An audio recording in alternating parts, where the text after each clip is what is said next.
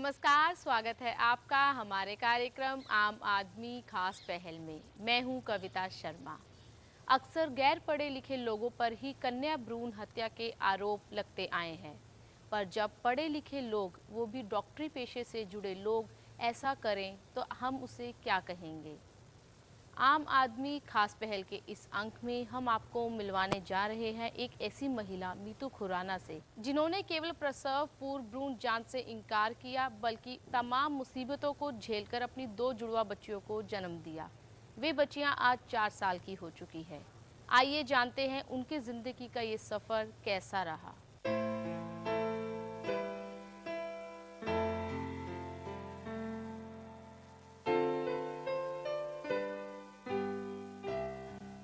मेरी शादी हुई 2004 में। तो पहले तो डाउरी हैरेसमेंट था काफ़ी। उसके बाद जनवरी में मैंने 2005 में कंसीव करा। तो जब पता लगा कि मेरे पेट में जुड़वा बच्चे पल रहे हैं, तो मेरे इन लॉज ने प्रेशराइज करना शुरू करा कि सेक्स डिटर्मिनेशन टेस्ट करवाओ। स्पेशली मेरी मदर इन लॉ जो मिसेस इंदिरा खुराना है, मेरे हस्बैंड डॉक्टर कमल खुराना, उन्होंने काफ़ी प्रेशर डालना शुरू कर दिया कि आप सेक्स डिटर्मिनेशन टेस्ट कराओ। जब मैं मानी नहीं इस बात के लिए, तो मेरे जो नंदोई हैं, बड़ी ननद के हस्बैंड जो हैं मिस्टर दीपेश मैदान, वो एक केक लेकर आए रात को। उनको पता था कि मुझे अंडे से एलर्जी है। केक लेकर आए कि मीतू ये बिना अंडे के केक हैं। और उन दिनों में मुझे खाने पीने को वैसे ही बहुत कम दिया जा रहा था, एक प्रेशर टेक्टिक की तरह कि मैं सेक्स डिटर्मिनेशन टेस्ट करवा लूँ। तो जो दिया गया वो मैंने खाया, और खाने के थोड़ी देर बाद मेरे को मतलब पेट में दर्द और एलर्जी के सिम्टम्स आ गए। रात को तो मैंने जो दवाइयाँ घर में पड़ी हुई थी वो पी खाई, पर ठीक नहीं हुआ। सुबह मेरे हस्बैंड मेरे को जयपुर गोल्डन हॉस्पिटल ले गए। तब मेरे 16वां हफ्ता था प्रेगनेंसी का। और जब 16वां हफ्ता प्रेगनेंसी का होते हुए भी मेरे को कैजुअलिटी से सीधा लेबर रूम में एडमिट कर दिया गया। लेबर रूम में गायनेकोलॉजिस्ट ने सारा कर लिया, इलाज कर दिया, मैं ठीक हो गई। उसके बाद किसी ने उनको बताया है कि मेरे को प्रेगनेंसी से 4 साल पहले किडनी में इन्फेक्शन रहा है, जिसका इस प्रेगनेंसी से कुछ लेना देना नहीं है। और उस इन्फेक्शन को लेके मेरे जो गायनेकोलॉजिस्ट थी वहाँ पे, उन्होंने मेरा किडनी का अल्ट्रासाउंड स्कैन मांगा। जब मैं अल्ट्रासाउंड स्कैन के लिए गई तो मेरी नॉलेज के बिना बेसिकली डॉक्टर ने बच्चों का अल्ट्रासाउंड स्कैन भी कर दिया। उस दिन जब मैं घर आई वापस, तो प्रेशर जो है वो शिफ्ट हो गया था। अब सेक्स डिटर्मिनेशन टेस्ट नहीं मांग रहे थे, अब कह रहे थे कि अबॉर्शन चाहिए।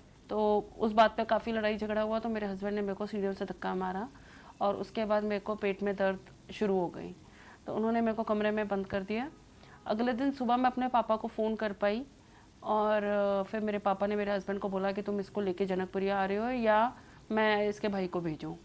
तो फिर मेरे हस्बैंड मेरे को यहाँ पे लेकर आए, और यहाँ पे आने के बाद मैं ऑलमोस्ट पूरा टाइम हॉस्पिटल्स और नर्सिंग होम्स में काटा है। और हॉस्पिटल्स और नर्सिंग होम्स में काटा, और 31वें हफ्ते में बेटियां पैदा हो गई। अब मेरा सिजेरियन हुआ था, दोनों बच्चियां बहुत कमज़ोर थी। तो इस प्रेशर के अंदर आके मैंने अपनी सिस्टर के फेवर में एक अडॉप्शन डीड साइन कर दी कि मेरी सिस्टर अडॉप्ट कर रही है। तो थोड़े दिनों की शांति हो गई। मैं बेटी को लेके यहाँ पे आई, उनको मतलब अभी बच्ची को फीड चाहिए, अभी मेरी ब्रेस्ट की ज़रूरत है, ये सब करके अपने पास रखा। और लास्ट में मैंने मना कर दिया कि मैं नहीं दे रही हूँ, क्योंकि मुझे अपनी दोनों बेटियां अपने पास रखनी है। मेरे पेरेंट्स मेरे साथ खड़े हुए, उन्होंने बोला कि मीतू तेरी जैसे मर्जी है तू कर, ये घर तेरे लिए खुला है। फिर मैं यहाँ पे रहने लगी। जब बेटियां 4 महीने की हुई तो मेरे पेरेंट्स ने बोला कि अब बच्चियाँ खेलने लग गई हैं, मतलब प्यारी हो गई हैं, शायद देख के प्यार आ जाए। तो मैं अपने बच्चियों को लेके अपने इन लॉज के घर गई। वहाँ पे जाके बेटियाँ भी 4 महीने की थी। मेरी मदर इन लॉ ने ये कहकर कि अगला शायद बेटा हो जाए, मेरी बड़ी बेटी को सीढ़ियों से नीचे फेंका। वो तो खुदा का शुक्र है कि मैंने उसको कैरिंग कॉट में अच्छे से बकल किया हुआ था, आसपास ब्लैंकेट था कि वो बच गई, उसको कोई हार्म नहीं हुआ। उसके बाद जब मैंने पुलिस कंप्लेंट करी, फिर एग्रीमेंट हुआ, पर मैंने ये देखा कि हर अथॉरिटी ऊपर से लेकर नीचे तक, हर अथॉरिटी का जो रवैया था मेरी तरफ, वो ये था कि अपनी शादी बचाओ, बेटा तो हर किसी को चाहिए होता है। यानी कि वो मेरे को एज अ क्रिमिनल ले रहे थे, मेरे को एज अ विक्टिम नहीं ले रहे थे, वो मेरे को एज अ क्रिमिनल ले रहे थे कि एक नेचुरल डिजायर सन की है, उसके लिए मैं अपने हस्बैंड और इन लॉज के अगेंस्ट कंप्लेंट क्यों कर रही हूँ। यहाँ तक कि सीडीएमओ हेल्थ ने मेरे को, जो सीडीएमओ जिसके पास मैंने पीएनडीटी की कंप्लेंट डाली, उसने मेरे को अपने ऑफिस में बाकायदा चिट्ठी दे के बुलाया और मेरे से बोला कि तुम्हें क्या प्रॉब्लम है, तुम्हारे हस्बैंड को बेटा चाहिए तो दे दो ना, तुम जवानी के जोश में ऐसे काम कर रहे हो कि अपनी ज़िंदगी बर्बाद कर रही हो। तो मैंने कहा सर इसका मतलब है कि आप मेरे से बोल रहे हैं कि मैं फिर से प्रेग्नेंट हुआ सेक्स डिटर्मिनेशन टेस्ट कराऊं, या आप मेरे से कह रहे हैं कि मैं बारी बारी प्रेग्नेंट होती जाऊं जब तक मैं बेटा पैदा ना कर दूं। तो कहते नहीं नहीं, ये तो एक फादरली एडवाइस है। तो यानी कि ऊपर से लेकर नीचे तक हर अथॉरिटी जिसको मैं मिली हूँ उनका रवैया ये रहा है कि गलती मेरी है, मैं अपने इन लॉज को कोर्ट में लेके जा रही हूँ, यानी कि मैं उनको हैरेस कर रही हूँ, मैं केसेस विड्रॉ नहीं कर रही हूँ, मैं I am standing up against this thing which is happen, against this injustice against my daughters which has happen. तो इसका मतलब I am harassing my in laws. पर मैंने आरटीआई डाला कि क्या क्या हो रहा है इसके अंदर, तो मुझे बड़ी मतलब बहुत दुख हुआ ये देख के कि गवर्नमेंट एक्ट को इम्प्लीमेंट ही नहीं कर रही है। जहाँ पे एक्ट में लिखा हुआ है कि अगर रिकॉर्ड्स नहीं मेंटेन करे गए तो माना जाएगा कि यहाँ पे पता लगाया गया कि बेटा लिंग प्रशिक्षण किया गया है, वहीं पे जहाँ पे रिकॉर्ड्स नहीं मेंटेन करे गए वहाँ पे कुछ नहीं हो रहा है, 15,000 रुपये लेके केसेस नहीं डाले जा रहे हैं। आपके बड़े बड़े गवर्नमेंट के ऑफिशियल्स बोलते हैं कि हम एक रिकॉर्ड ना मेंटेन होने पे हम लोग क्लिनिक को सील थोड़ा कर देंगे, जबकि गुजरात के हाईकोर्ट के फुल बेंच ने बोला है कि अगर रिकॉर्ड नहीं मेंटेन तो that amounts to sex determination test और केस को फाइल होना है। सुप्रीम कोर्ट ने बोला है 2003 में कि अगर कोई क्लिनिक बिना रजिस्ट्रेशन के काम करी है तो आप उसके अगेंस्ट केस फाइल करें, उसको रजिस्ट्रेशन मतलब 3 टाइम्स पेनल्टी देके उसको रजिस्ट्रेशन दे दीजिए, but that clinic has to undergo the trial कि उसने रजिस्टर क्यों नहीं करा पीएनडीटी में। पर मैंने यहाँ पे क्या देखा, मैंने आरटीआई में कि जो क्लिनिक नहीं रजिस्टर्ड थी उनको 15,000 रुपये देके उनको रजिस्टर कर दिया गया, कोई केस नहीं फाइल किया गया। 5% क्लिनिक्स के अगेंस्ट कोई एक्शन लिया गया है जिनको पता लगाया गया कि हाँ इसमें कुछ कमियां हैं, बाकी सबको खाली शो कॉज नोटिस देके, कारण बताओ नोटिस देके छोड़ दिया गया। जब कानून का डर ही नहीं है तो आप कैसे कह सकते हैं कि पीएनडीटी एक्ट फेल हो गया या पीएनडीटी की कन्या भ्रूण हत्या रुक नहीं रही है। पीएनडीटी एक्ट है जो एक एक्ट बनाया गया था 1994 में कि प्रेगनेंसी के ड्यूरिंग किसी भी औरत का लिंग प्रशिक्षण नहीं किया जा सकता। 1994 में ये यहाँ से शुरू हुआ था, फिर 2003 के आते आते एक इसमें अमेंडमेंट की गई, क्योंकि तब तक ऐसी टेक्नोलॉजीज आ गई थी कि कंसीव करने से पहले स्पर्म्स को अलग कर दिया गया था, अलग कर दिया जाता था कि खाली बेटे जो है वही कंसीव हो। वाई स्पर्म को एक्स स्पर्म से अलग करके खाली वाई स्पर्म को फर्टिलाइज करने के लिए दिया जाता था ताकि कंसीव ही बेटा हो। तो फिर उन टेक्निक्स को भी सबको इसमें इन्वॉल्व किया गया। जैसे आपने कई बार एड्स देखी होंगी, शर्तिया बेटा होगा, ये एड्स, ऐसी कोई भी एड देना अब कानूनन जुर्म है पीएनडीटी एक्ट के अंदर। पर गवर्नमेंट ये भी मानती है कि ये जो क्राइम है सेक्स डिटर्मिनेशन टेस्ट, इसमें माँ बाप पार्टी होते हैं, डॉक्टर पार्टी होता है, बेटी मर जाती है तो कहीं से कंप्लेंट आएगी नहीं। तो इसलिए गवर्नमेंट ने इस एक कमी को पूरा करने के लिए इसमें एक डाला कि इसमें रिकॉर्ड्स रखने होंगे हर डॉक्टर को, और जहाँ पे रिकॉर्ड नहीं मेंटेन किया जाएगा या ठीक से नहीं मेंटेन करा जाएगा वहाँ पे ये माना जाएगा कि डॉक्टर कुछ छुपाने की कोशिश कर रहा है और उसको as a sex determination test माना जाएगा।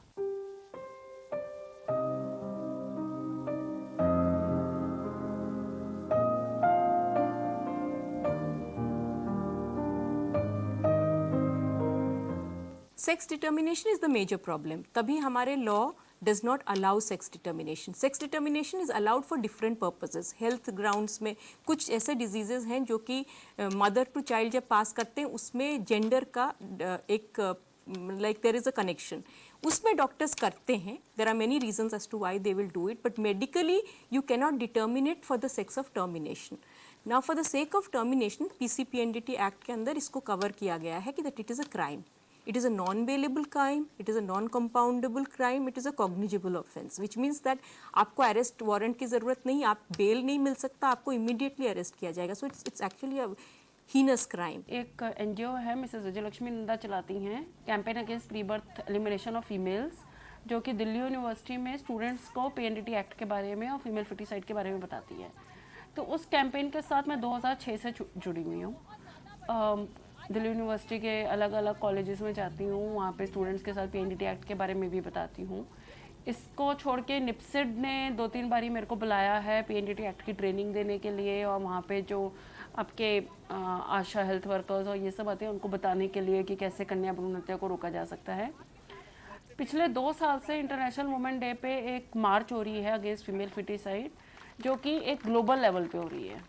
यानी कि जब फर्स्ट टाइम हुई थी तो 7 cities in the world they took part. हम लोगों ने यहाँ पे दिल्ली में करा था CAPF, और यानी कि campaign against free birth elimination of females के साथ मैंने उस मार्च से पहले हम सारे दिल्ली के स्कूल्स को लेकर एक पेंटिंग कंपटीशन करते हैं बच्चों के लिए, ताकि बच्चे इस बारे में सोचने को मजबूर हो। तो उस पेंटिंग कंपटीशन के जो रिजल्ट्स हैं वो हम लोग मार्च में अनाउंस करते हैं और उनको वहाँ पे प्राइज़ दिया जाता है।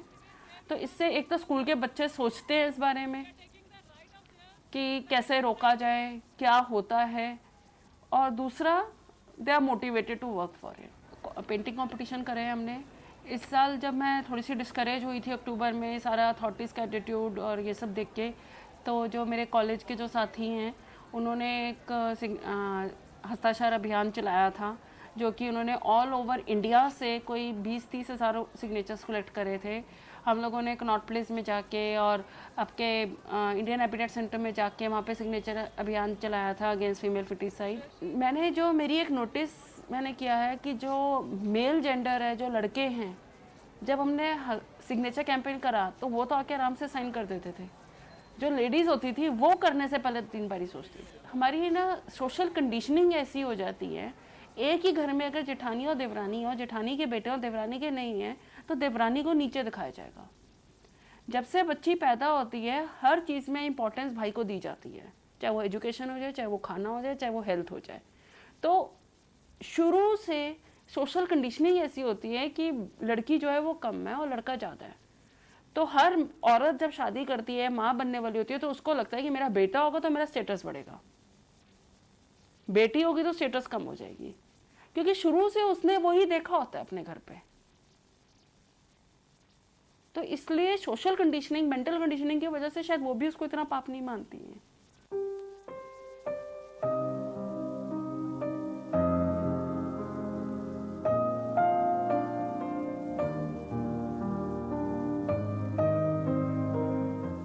NGO ने ग्रुप डिस्कशंस करे लोगों के पास जाके कि आप लोग ऐसा क्यों सोचते हैं क्या। तो फिर एक ने बोला कि बेटियों की सिक्योरिटी और सेफ्टी का ध्यान रखना पड़ता है। तो उन्होंने बोला कि ठीक है, हम ऐसा करते हैं कि सारे आदमियों को जेल में बंद कर देते हैं, सारे आदमी जेल में बंद हो जाएंगे तो बेटियों की सिक्योरिटी सेफ्टी को कोई डर नहीं रहेगा। वो कहते ऐसा कैसे हो सकता है। तो बोला क्या बेटियों को पैदा होने से रोक सकते हैं तो आदमियों को बंद नहीं कर सकते। डाउरी एक बीच में मेजर आ रहा है कि बेटी की शादी में बहुत खर्चा होता है, बेटे की शादी में मिलता है। एक NGO ने एक स्टिंग ऑपरेशन किया था जिसमें कि एक कपल गया गायनेकोलॉजिस्ट के पास कि हमें अबॉर्शन करवाना है, बेटी है। किस्मत से वो लोग इसके नवरात्रों के दौरान गए, तो गायनेकोलॉजिस्ट ने बोला कुछ नहीं होता, अभी नवरात्रे चल रहे हैं, आप कंजकों के बाद आ जाना, मैं कर दूंगी अबॉर्शन। आई मीन आप हिपोक्रेसी की लिमिट देखिए। वही अथॉरिटीज जिनको इस एक्ट के अंदर एक्शन लेना चाहिए, जब वो बुला के मेरे को काउंसिल कर रहे हैं कि अपने हस्बैंड के साथ सेटलमेंट कर लो और बेटा दे दो। वही जजेस जिनको आज मुझे जस्टिस देना चाहिए वो मेरे को कहता है कि तुम तो अपनी बेटियों के दुश्मन हो जो अपनी ईगो के लिए केसेस लड़ती जा रही हो, सेटलमेंट कर लो। बहुत सारी अथॉरिटीज ने मेरे को बोला कि ये लॉज हैं, ये सारे लॉज जो हैं ये खाली किताबों के लिए और लेक्चर्स के लिए ठीक है, इनसे कुछ एक्सपेक्ट मत करना। कहने को जो वुमेन फ्रेंडली लॉज हैं वो खाली women friendly laws on books हैं। औरत जब तक मर ना जाए तब तक वो लॉ को मिसयूज कर रही है। अगर औरत को जला दिया जाए तो हाँ डाउरी हैरेसमेंट थी, अगर वो जिंदा है और वो कंप्लेंट कर रही है तो यानी कि वो लॉ को मिसयूज कर रही है। अब तो ये भी आ गया कि लोग पीएनडीटी एक्ट को कह रहे हैं कि अगर हमने इसको इम्प्लीमेंट करा तो ये मिसयूज होगा। आप इम्प्लीमेंटेशन का बाद में सोचते हो, आप मिसयूज का पहले सोचते हो। तो औरत को जस्टिस लेने के लिए शायद मरना पड़ता है।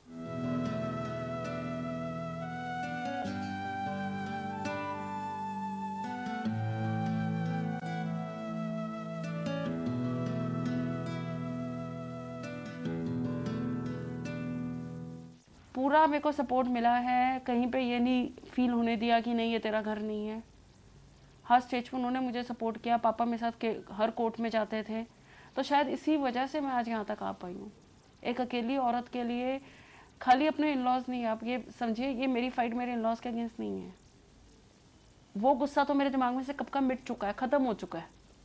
ये एक फाइट बन गई सिस्टम के अगेंस्ट, एक सिस्टम के अगेंस्ट, जो सिस्टम ही हमारा ऐसा बन गया है कि ना बेटी को पैदा होने देता है, और अगर कोई औरत आगे आती है अपनी बेटी को बचाने के लिए तो वो सिस्टम उसके अगेंस्ट खड़ा हो जाता है। कहने को मीडिया के सामने सारे मिनिस्टर सब लोग बोलते हैं नहीं कन्या भ्रूण हत्या नहीं होना चाहिए, पर मेरे पास चिट्ठियां मैंने प्राइम मिनिस्टर, प्रेसिडेंट सबको लिखी हैं, कोई जवाब नहीं आया। हेल्थ मिनिस्टर को लिखी, प्राइम मिनिस्टर को लिखी, प्रेसिडेंट को लिखी, आपके वुमेन एंड चाइल्ड मिनिस्टर को लिखी, सबको लिखी है, पर किसी ने कोई इंटरेस्ट नहीं दिखाया। तो खाली मीडिया के सामने बोलने के लिए कि कन्या भ्रूण हत्या महापाप है, वो ठीक है, पर जब एक औरत आने चाहती है आगे तो उसको कोई सोशल सपोर्ट नहीं है, कोई अथॉरिटी से सपोर्ट नहीं है, खाली एक फैमिली सपोर्ट और कुछ आसपास के लोग हैं जिन्होंने सपोर्ट करा, जिसकी वजह से मैं यहाँ तक आ सकी। फैमिली सपोर्ट बहुत स्ट्रांग रहा है। आज के दिन में भी मेरे हस्बैंड जो खर्चा देते हैं वो बच्चों की स्कूल की फीस के लिए भी काफ़ी नहीं है। मैं नहीं कमा रही हूँ, मेंटेनेंस के डोमेस्टिक वायलेंस चलते चलते 3 साल हो गए, अभी तक मुझे कोई मेंटेनेंस नहीं मिला है। तो अगर मेरे पेरेंट्स बीच में ना सपोर्ट कर रहे होते तो शायद बहुत ही मुश्किल हो जाता आगे चलना।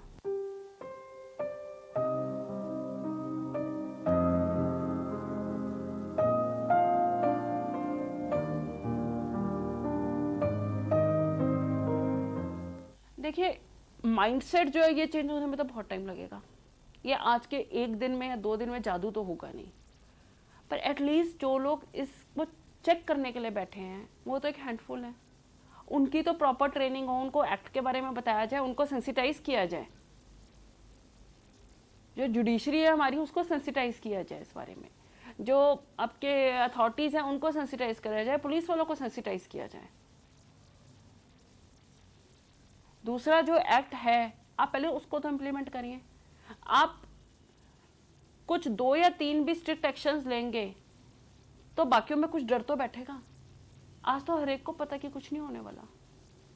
हमारे कोर्ट्स में क्या होता है, तारीख पे तारीख ही मिलती है। हर एक्यूज को पता है कि एक बार ही मुझे बेल मिल जाए फिर केस चलता रहेगा। केस को लंबा करने के हजारों तरीके हैं, कुछ नहीं मिलता उनसे। तो इन सब चीज़ों को जब तक आप नहीं ठीक करेंगे, इन सब लूप होल्स को आप जब तक नहीं ठीक करेंगे, तब तक ना आप कन्याओं को बचा सकते हैं, आप कुछ नहीं कर सकते उस बारे में। जब अथॉरिटीज जिनको ये एक्ट इम्प्लीमेंट करना है वही इसमें बिलीव नहीं करती तो वो कैसे इस एक्ट को जाके इम्प्लीमेंट करेंगी। जब वही अथॉरिटी सोचती है कि बेटा चाहना कोई बुरी बात नहीं है तो फिर वो कैसे किसी भी औरत की सहायता करेंगी। तो मैं गवर्नमेंट से अगर चाहती हूँ तो यही चाहती हूँ कि आप एक्ट को ठीक से इम्प्लीमेंट करो। अगर कोई लेडी आगे आती है तो उसको हैरेस मत करो, उसको सपोर्ट करो। आई एम वेरी लकी कि मेरे पेरेंट्स मेरे साथ है, पर क्या हर औरत उतनी लकी होती है? अगर ऐसी कोई औरत आगे आना चाहे तो आप उसको सपोर्ट नहीं देंगे, जैसे मेरे को करा वैसे उसको भी करेंगे तो वो बेचारी वापस चली जाएगी अपने इन-लॉज के पास। आज की डेट में औरत के पास सिवाय ये करने के कोई रास्ता नहीं बचता, क्योंकि हमारी अथॉरिटीज इतनी अनहेल्पफुल है, इतनी अनसेंसिटाइज्ड है कि वो ही उसको वापस भेज देती है उन्हीं सिचुएशंस में। सोसाइटी में 90% लोगों को ये बात अजीब सी लगती है। हर बंदा कहता है कि हाँ फीमेल फीटिसाइड नहीं होना चाहिए, बेटियां पैदा होनी चाहिए, पर पड़ोसी के घर में, अपने घर में नहीं।